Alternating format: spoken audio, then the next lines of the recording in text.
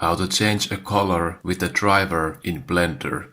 Start by adding a new custom property by expanding the section and clicking the New button. Click the gear icon and rename the property Color.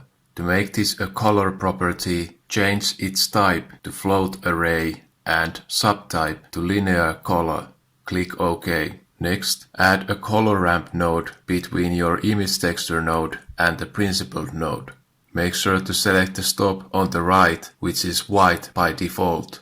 Now click the color section of the color property. Switch to the RPG mode, right-click the red field and choose Copy as new driver. Next, click the color section of the color ramp node, right-click the red field and choose Paste driver. The red field should now be purple because it contains a driver. Do the same thing for the green and blue colors. Right-click the field of the property, choose Copy as new driver, then right-click the field of the color ramp and choose Paste driver.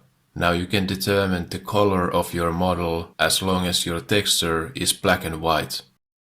Check out our articles, courses, and assets at holotna.com.